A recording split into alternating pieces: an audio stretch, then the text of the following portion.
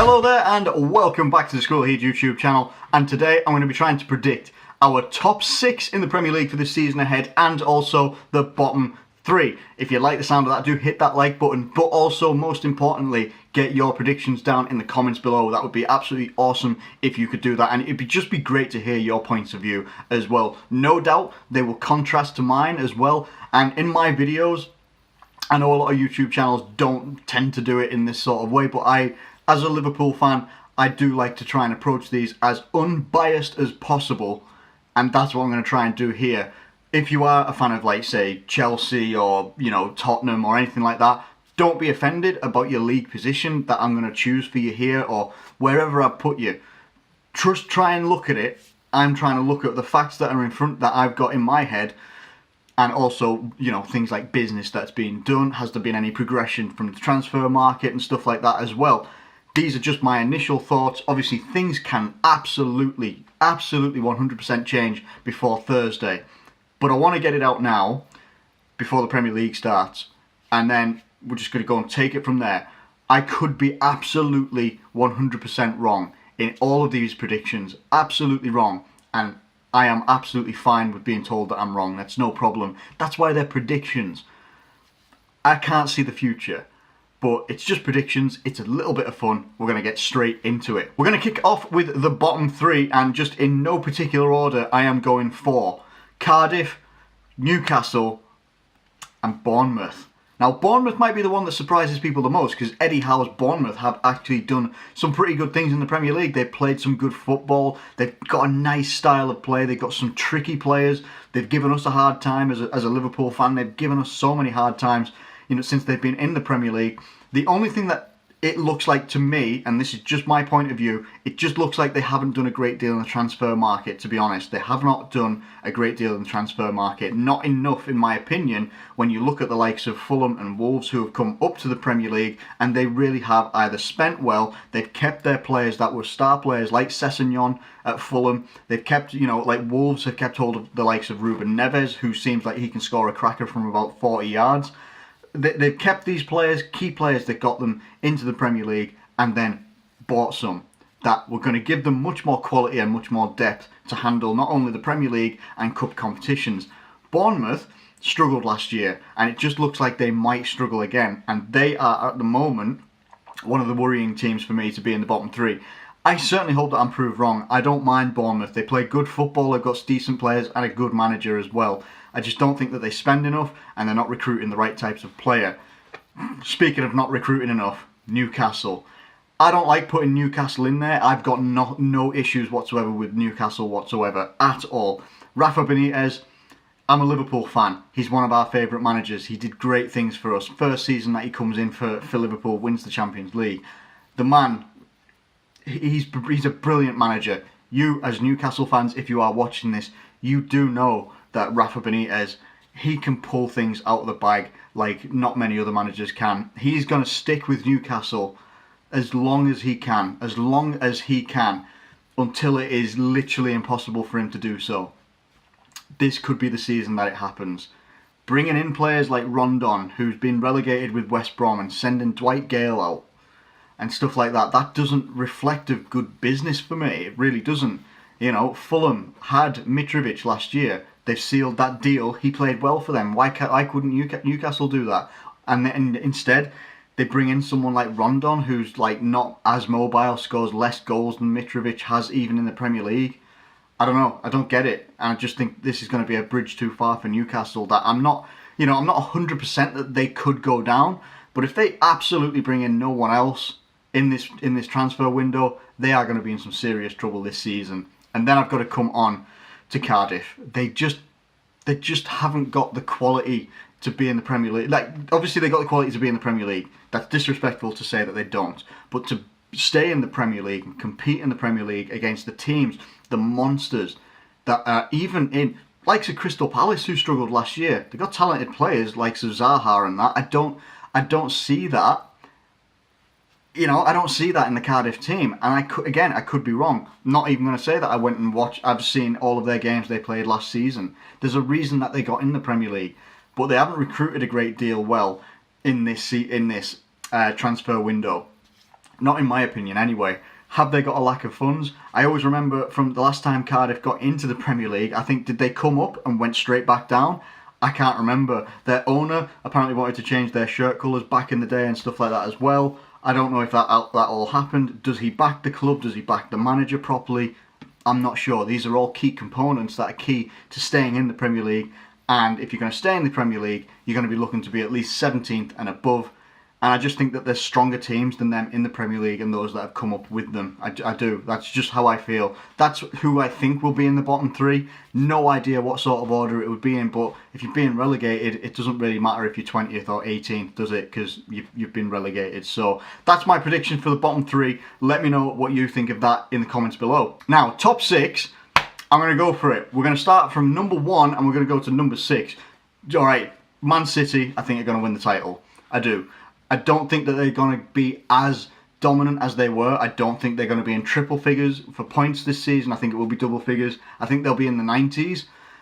So yeah, they will have been quite dominant to be fair, to be in the 90s. But I just think that Man City are much more well equipped, not only in terms of talent, but in terms of mentality and the way that they play as well. I just think that they are much more well equipped than most teams from the starting go. I know people are saying that Liverpool have done, really good business. They've recruited well, spent a lot of money, but still everybody's playing catch up to Man City, and the building work that they've done over the last couple of seasons, people can say all they've done is thrown money at it, and that's why they're winning titles.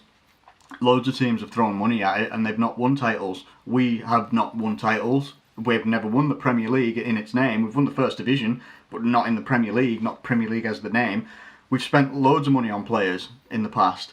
This looks like one of the times that we might actually be able to challenge, but I certainly don't expect that we're going to win it. Manchester United have spent a lot of money on players as well. They haven't won it since, Alex Ferguson. Chelsea, they do spend money and they do occasionally win it. I think they won it, 2 seasons ago? Was it 2 seasons ago that they won it? Yeah, it must have been. Everyone always comes back to Leicester.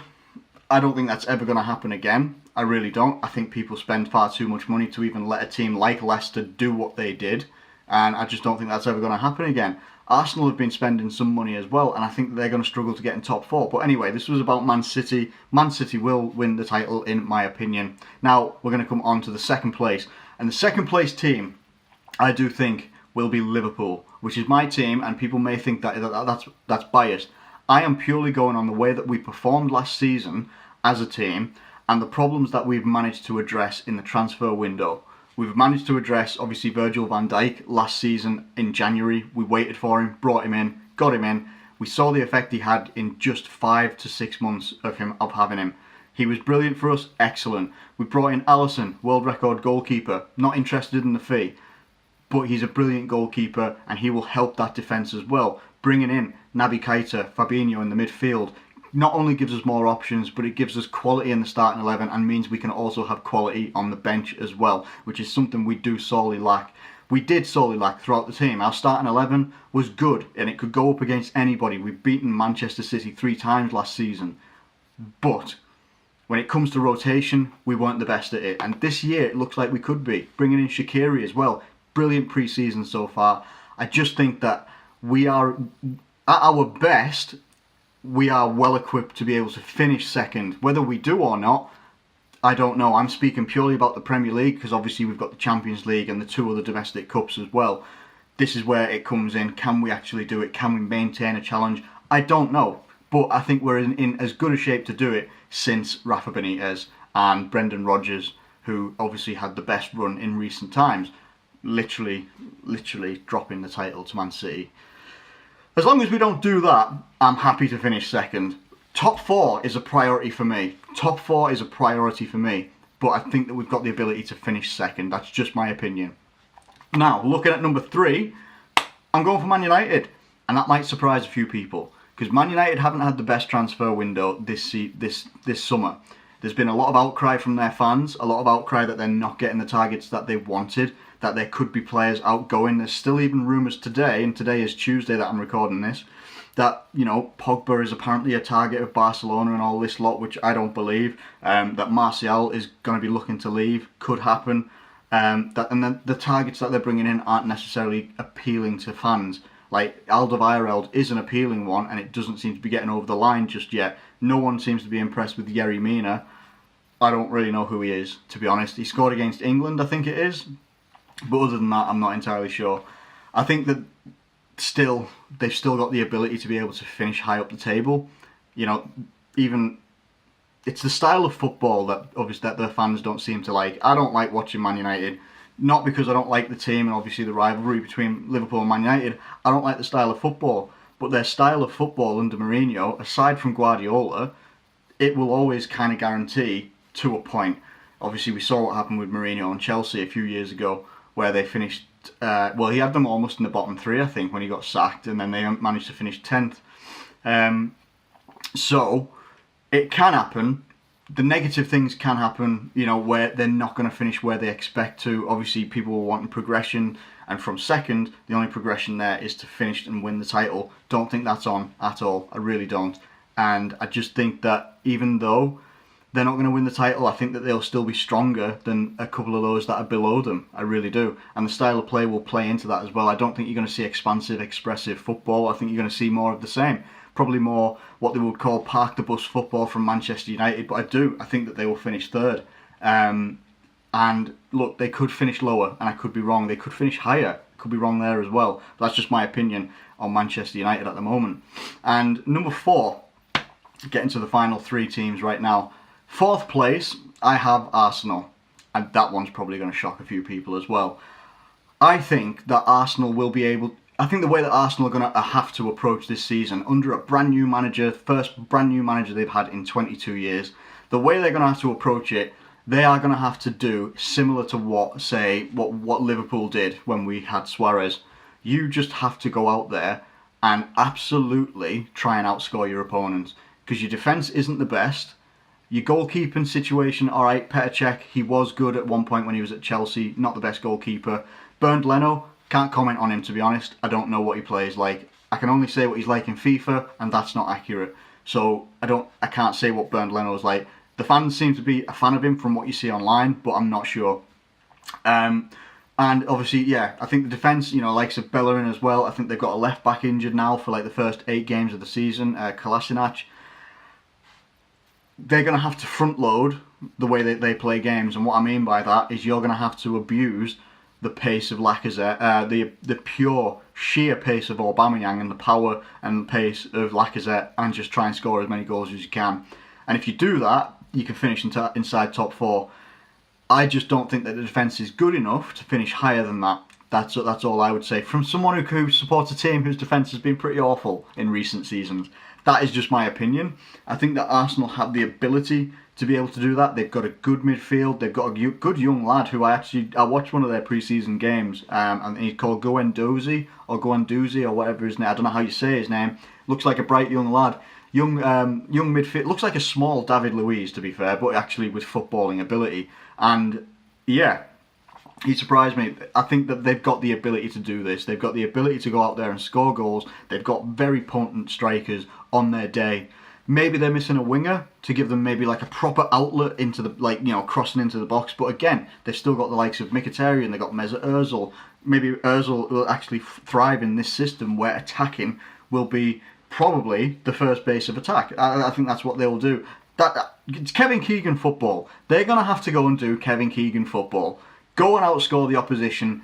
That's all I'm saying. And they could finish top 4.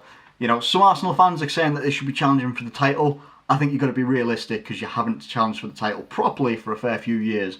You know, so yeah, I think that they'll make it into the top 4, which is probably going to annoy 2 of the other London clubs. And I'm not going to apologise for that, because it's just my opinion. 5th place, I've got Tottenham. And I purely got Tottenham because I don't think they've not signed anybody in this transfer window. Tottenham have a strong team. Tottenham do have a strong team, and they've got a very good manager. They're going to have a brand new stadium this season, brand new home ground, and it looks great, apart from above. But you've got to recruit. You have to recruit every single season.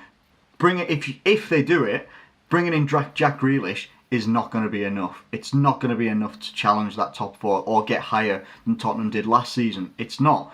What they would have to rely on is every single first team player not getting injured for the entirety of the season.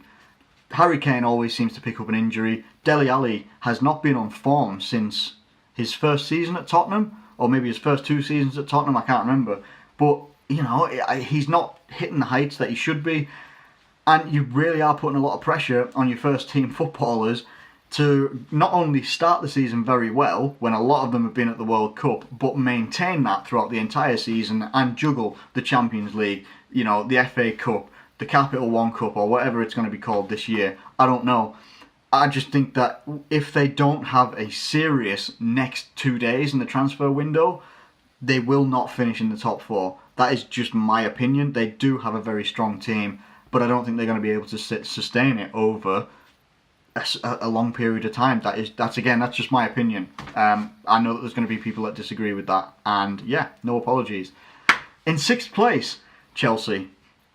I don't see enough from Chelsea, not just in terms of signings and stuff like that. I think they've brought in a good midfielder for the Serie A in Jorginho. It's whether that translates over to the Premier League. Everyone has to remember, and again, I'm trying to also remember, that this Maurizio Sarri has only had 2 weeks with his players, whereas obviously, you know, Liverpool, we've had like a full summer. Same with Man City, Man United, although we've all been missing players at certain points here. Even Arsenal, they got their transfer targets in earlier than everybody else, and they've had their manager a lot longer. Obviously, Mauricio Pochettino has been working with, I think he's only just got his first team squad back either yesterday or today. But Chelsea, they don't know. They still don't know what's going on with Courtois. It's day 2 of Thibaut Courtois not turning up, which I'm never happy about that. And I wouldn't be if it was one of our players or another player. It doesn't matter if it's Chelsea, Man United, if it was, you know, Bournemouth or Newcastle or something like that. It doesn't matter to me. You turn up for your job. You turn up to the place that pays you. Even if it turns around and you say, right, look, I want to hand in a transfer request, but I'm going to do the work until I can get my transfer. And if I can't get my transfer, I'm just going to have to do my work. Because you're then going to walk back into work when the transfer window shuts. You can't go on strike because, you know, all right, our transfer window shuts, the rest of Europe doesn't. But all it takes is for Chelsea to turn around and say, we're not selling you no matter what. What are you going to do then? You've got to walk back in to all your teammates and stuff that you've let down. That you just don't do this whole thing about going AWOL just to try and force through a move. I hate that sort of stuff. I really, really do. But yeah, gone off on a tangent there. Eden Hazard, there's still no word whether he's going to be staying or not. I think Willian has confirmed that he wants to stay there as well, which is good for them. Alvaro Morata looks absolutely shot of all confidence at the moment, and it's just it doesn't bode well. Obviously, they've still got Olivier Giroud, but is he back yet? Is he back with the team? Because obviously he went to the final with France in the World Cup. Is he back yet? And is he the person to lead Chelsea this season in the system that Sarri plays, which is is it 4-3-3? I don't know. I just think it's going to be a period of adjustment, and it's whether Chelsea and the hierarchy of Chelsea give him time to actually work with this team. He's had 2 weeks so far, and if it's not clicking in the first the first 2 months of the Premier League, and they're not anywhere near top 4, maybe not even near top 6, are they gonna pull the trigger early and let him go? I don't know. You can't be doing that. I don't think anyway, but that's just my thoughts anyway. So, to reiterate, bottom 3, no particular order, is going to be Cardiff, Newcastle and Bournemouth, in my opinion, right now. Something could change over the next couple of days, but that's what I'm sticking with right now. Top 6, Manchester City as champions, Liverpool runners-up, Man United in 3rd, we've got Arsenal in 4th, Tottenham in 5th and Chelsea in 6th. Let me know what you think of all of that in the comments below. And if you do have a disagreement, let me know why. You don't have to be offensive. I hope I've not come across as offensive in this video. I'm not trying to do that whatsoever. I'm not trying to take cheap shots at any teams or anything like that, rivals, whatever. I'm just trying to give it as I see it. And if you disagree, let's have a discussion. I like having a conversation with you guys in the comments. So feel free, get your comments in below. Do like the video and subscribe if you are new around here. Thank you ever so much for watching, as always. And I will catch you later.